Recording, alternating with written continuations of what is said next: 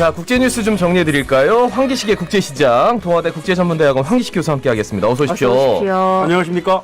중국이 지금 백지 시위로 난립니다. 네. 그러면서 제로 코로나 정책이 좀 바뀌나? 좀 완화되나? 이런 예상이 좀 조심스럽게 나오고 있는데 미국 상원에서 폭력 진압에 대해서 경고를 하고 나서기도 했고요. 이제 과연 앞으로 어떻게 될지 많은 분들이 좀 관심 있어 하는 것 같아요. 맞습니다. 지난 주말에 가장 눈여겨봐야 될 국제 뉴스라면은 이 중국의 백지 시위가 아마 대표적일 것입니다. 그 지난 주말에는 근데 확실히 좀 효과가 있었다라고 봐야 될 것 같습니다. 시위대의 만약에 목표가 이 제로 코로나 정책 때문에 너무 숨막힌다. 이 정책이 너무 좀 오랫동안 지속되니까 좀 완화해야 되는 거 아닌가라는 그런 것에 대한 어떤 불만에 대한 토로였다면은 네네. 그리고 신장의 우르무치 아파트 화재에 나서 그 평범한 아파트의 화재인데 10명이 사망한 것도 결국은 너무 오랫동안 제로 코로나 정책을 하면서 곳곳에 다 봉쇄를 하기 때문에 그 소방차가 진입도 제대로 못했던 거기에 대한 불만이 터져 나오면서 백지 시위로 이어졌는데 지난 주말에는 시위가 어느 정도 가라앉고 약간 바뀌었어요. 네. 가라앉으면서 정부에서 제로 코로나 정책을 완화하겠다라는 그런 암시도 하고 실질적으로 가장 불편함을 토로했던 부분에 대해서는 조금 방역 완화 조치를 신속하게 좀 조치하는 그런 흐름이 있었거든요. 베이징하고 텐진하고 선전시가 가장 먼저 앞장서서 그동안에 가장 불편했던 점을 꼽으라면은 대중교통을 탈 때 PCR 음성 검사 결과를 제시를 하고 타야 되는데 이런 부분부터 바로 폐지하겠다고 얘기했고 실제로 폐지한 도시도 있고요. 그다음에 또 노약자고 임산부도 자가격리 집에서 좀 자가격리가 가능하도록 해야 되는데 이거 자가격리도 가능하도록 하겠다라고 발표를 했고 그렇다면은 정부 입장에서는 이 시위에 대해서 어느 정도 뜻을 받아들이고 제로 코로나 정책에 대한 어떤 완화 조치를 재빨리 완화하고 그 대신에 또 그것만으로 시위가 지난 주말에 갑자기 이렇게 사라지지는 않았을 텐데 경찰 병력도 시위가 이루어질 것이라고 예상되는 주요 도시에 적절하게 배치하는 그런 모습을 보이면서 이 당근하고 채찍을 좀 동시에 실시하는 그런 주말이었다고 볼 수 있겠습니다. 그러면 이 국내 방역 완화에 대해서는 어느 정도 예상이 되면서 1월 말에 그 다음 달에 이제 춘제 우리 설날 이후로는 제로 코로나를 폐기하고 드디어 이제 위드 코로나 중국도 위드 코로나로 갈 것 같다라는 그런 가능성이 높다라는 것은 이제 알 수가 있는 것 같고 그렇다면 결국은 이제 국내 방역 완화 플러스 출입국 방역 완화가 돼야 되는 건데 이 부분도 암시할 수 있는 것이 일본 중국 대사가 의미심장한 얘기를 하더라고요. 제일 먼저 중국하고 일본 간의 인원 왕래가 곧 회복될 예정이다. 그다음에 국제선 항공편 운항도 늘릴 예정이다. 이런 얘기를 좀 했고 그다음에 금요일 날 시진핑 주석하고 샤를 미셀 EU 상임의장, EU 대통령이라 볼 수 있죠. 베이징에서 회담을 했는데 거기서도 계속 코로나 봉쇄 완화해야 되는 거 아니냐 이러니까 그럴 계획이다라고 이렇게 얘기를 하더라고요. 그런 암시가 상당히 나오는 거였고 아까 말씀하신 것처럼 또 미국에서도 이 백지 시위 사태에 대해서 관심이 많아가지고 바이든 행정부도 계속 경고를 하고 했지만은 미국 상원 의원 42명이 연대 서명을 해가지고 42명 미국의 상원은 100명입니다. 그중에 42명이 이제 연대 서명을 했으니까 주미 중국 대사에게 경고 소환을 발송하기도 했습니다. 면밀히 주시하고 있고 폭력적으로 절대 진압하지 말아달라. 만약에 백지 시위를 폭력적으로 진압한다면은 미중 관계가 엄청나게 훼손하는 결과가 올 것이다. 이런 좀 서한치고는 외교적인 서한치고는 상당히 강력한 표현을 담아서 그거 바로 지난주 금요일 날 발송을 했거든요. 그래서 금, 토, 일 오늘까지 시위의 진압에 상당히 영향을 미쳤다라고 저는 보고 있습니다. 그러니까 월드컵 지금 한참 진행 중인데 그 관중들이 마스크 안 쓰고 막 열광하는 모습 보고 더 화가 나서 이제 시위가 움직였다라는 뭐 후문도 있던데 그래요. 이제는 좀 위드 코로나 가야 되지 않나. 진짜 몰랐던 사실인데 버스 탈 때도 PCR 검사 증명서를 냈다는 거 오늘 처음 알았네요.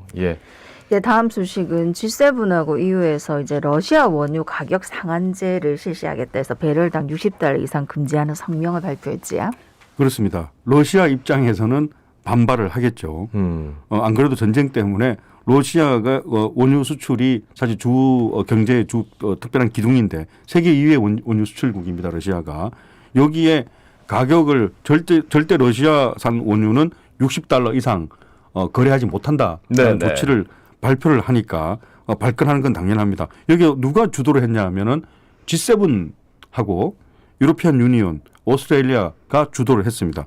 G7이라고 한다면은 미국하고 일본, 독일, 영국, 프랑스, 이탈리아, 캐나다니까 예. 상당히 소방 국가들이 대부분 포함되어 있다고 봐야 되고 유로피안 유니언도 27개 국가니까 예. 러시아산 원유를 사줄 수 있는 서방 국가들은 대부분 다 포함됐다고 봐야 됩니다. 즉 $60 이상으로는 러시아산 원유를 사지 않겠다라고 이제 한 거죠. 만약에 $60 이상으로 러시아산 원유를 거래한다면은 다양한 제재 조치들이 이제 들어가는 거니까요.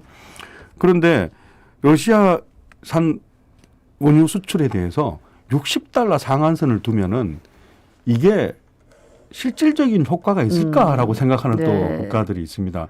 대부분 폴란드, EU 국가가 다 만장일치로 이걸 찬성한 건 아니고요. 네네. 폴란드 같은 러시아, 우크라이나 국경 인접 국가들은 아니 지금 실질적으로 러시아산 원유가 몇 달러 선에 거래되고 있는데 $60라고 상한선을 두느냐. $30 정도로 해야 러시아에 대해서 실질적인 뭔가, 타격이 있을 예. 것이다 예. 라고 주장을 했고 근데 그렇게 보니까 지금 현재 오늘 기준으로는 국제 원유가가 한 $80에서 $85 정도거든요. 네네. 근데 러시아는 실제로 한 $70 선에서 러시아산 원유가 거래되고 있다는 보도가 있습니다. 그렇죠. 그런데 원래 러시아산 원유는 50% 이상이 유럽에서 수입해 줬는데 그렇다면은 50% 이상 그 수입해 주는 유럽에서 이런 제재안을 내리면 상당히 그래도 가격이 $60라도 약간은 타격이 있겠다라고 생각할 수 있겠지만 별로 그렇게. 왜냐면은 이 선언 자체가 네. 그러니까 EU와 G7을 제외하고 나머지 나라에서도 그렇습니다. 네. $60에 뭐 수입해도 뭐라고 하지 않겠다라는 얘기를 그렇죠. 들려서 말이죠. 맞습니다. 근데 좋은 말씀인데 그러면은 결국 이거는 어느 국가가 동참을 해줘야 효과가 있느냐 하면 예. 결국 인도하고 중국. 중국입니다. 네. 러시아는 유럽으로의 수출을 많이 줄였고 그 대신에 인도하고 중국이 상당한 러시아산 원유의 새로운 메이저 수입 국가로 네. 떠올랐기 때문에 인도는 러시아산 원유 수입을 전쟁 이후에 10배 가량 늘렸고요. 네네. 중국도 30% 가량 수입을 증가시켰기 때문에 서방 국가에서 아무리 이게 $60 하든 $30 하든 네. 그런 서방 국가만의 게임이고 중국하고 인도가 계속 수입한다는 거죠. 대부분의 원유를 수입해 주기 때문에 거기에 대해서는 크게 타격이 없을 것이라는 그런 분석도 있고요. 그리고 EU 내의 여론을 봤더니만 폴란드는 아까 상당히 불만이 있었고 네. $30로 하자라고 계속 주장을 했었고 네. 받아들여지진 않았지만 그리스하고 사이프러스 몰타는 반대표를 던졌어요. 그리스하고 사이프러스 몰타는 러시아가 좋아서 그런 게 아니라 거기에 수입의 상당 부분이 유조선 해상 운송 산업이 상당히 발달되어 있는 국가들거든요. 그래서 이게 이렇게 너무 제재를 하면은 네. 유럽 쪽으로 들어오는 유조선 해상 운송은 거의 끊기기 때문에 우리 배를 안 쓰니까. 네. 우리 그래서 반대표를 던진다 이렇게 했습니다. 사우디에서 감산을 유지하고 있기 때문에 그죠. 오페크에서 계속 감산하기 때문에 그렇죠. 이 자체가 또 많은 다른 변수들을 낳을 것 같기도 하고 말이죠. 러시아가 지금 우크라이나 동부 점령지의 농작물을 정말 싹쓸이하고 있다. 밀만 1조 원어치를 수확했다라는 소식이네요. 아이고 이런 부분은 좀 마음이 안타깝기도 하고요. 네네. 점령지니까요. 우크라이나의 동부 4개 지역을 점령하고 있지 않습니까? 도네츠크, 헤르손, 자포리자 이런 4개 지역을 러시아가 지금 점령하고 있는데 그 점령지에서 밀이 많이 나오거든요. 지금 수확기가 있고 우크라이나가 세계 5대 밀 수출국이지 않습니까? 그중에 우크라이나 올해 전체 전쟁 와중에서도 2,600만 톤 밀을 수확했다라는 보도가 있는데 그중에 러시아 점령지에서 수확한 밀이 한 600만 톤 정도 되니까 네네. 그렇다면 약 어우. 4분의 1에 조금 모자라죠. 한 22% 정도입니다. 그러네요. 그럼 거기서 수확된 밀은 어디로 갔냐라는 거예요. 그래서 그 미국의 항공우주국 나사에서 위성 이미지를 분석했는데 우크라이나 4개 점령지에서 분명히 600만 톤 정도가 수확됐다라는 것이 보이는 거죠. 그렇지만 이거는 전 세계 곡물 시장에 나오지 않습니다. 그러면 그 돈만 따져도 약 한 $10억 정도 된다고 보니까 1조 3천억 원 정도 우크라이나 농민들의 재산이죠. 네네. 이것은 결국은 러시아가 자기 점령지라는 주장 하에 수확을 해서 원산지를 숨기고 러시아 해운사를 통해서 리비아나 이란 등으로 비밀리에 수출했다라는 분석이 지배적입니다. 그렇다면은 일종의 점령지 상품 약탈 범죄에 해당한다라는 그런 보도가 나오고 있습니다. 세계 농산물 시장의 가격 안정에는 아주 악영향을 미치고, 근데 우크라이나는 이게 좀 전쟁 도중에서도 2,600만 톤의 밀을 그래도 수확했다니까. 네. 자, 우크라이나 농민들 많이 고생했고, 2,600만 톤이라는 양은 이게 어떻게 이해할 수 있냐면 한국이 5,100만 명 인구인데 네네. 전체 1년에 소비하는 곡물을 보면 1,900만 톤 정도 되거든요. 그러니까 우크라이나가 어마어마하시네요. 생산하는 밀이 2,600만 톤이니까 상당히 어느 정도 양인지 알 수 있겠습니다. 예, 요게 이제 우크라이나에서 밀농사 지은 분들한테 제값을 준 것도 아닐 거고 참 이런 게 약탈이 걱정입니다, 약탈. 진짜. 다음 소식은 이제 한국에서 히잡 안 쓰고 경기한 이란 선수 고향집이 강제 철거를 당했다고요? 아, 이게 이제 믿어야 될 것 같은데 왜 영상으로 나오니까 그냥 네. 보도가 아니라 네네. 이란 독립매체 영상 보도를 보니까 집이 그 빨간 지붕집인데 완전히 파괴됐습니다. 그 선수 그 히잡 안 쓰고 경기한 이란 선수가 예. 사실 그 10월에 그 2달 전에 한강에서 그 스포츠 클라이밍 대회가 열렸는데 거기에 이란 대표로 출전해 4위를 차지했거든요. 네.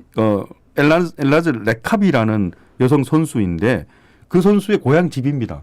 그 고향 집이 철거되는 모습이 영상으로 찍혀서 나오는데 아이고, 참. 레카비는 그 영상이 보이지 않고요. 선수 본인은 레카비 오빠로 보이는 사람이 막 울부짖으면서 정의는 어디냐 이렇게 하는데 하필이면 또 그 레카비가 그동안에 스포츠 클라이밍 하면서 많은 메달들을 받았는데 네. 그 메달들이 철거 현장 바닥에 떨어져 있는 모습도 나오고 아우 참 그 보기 힘들더라고요.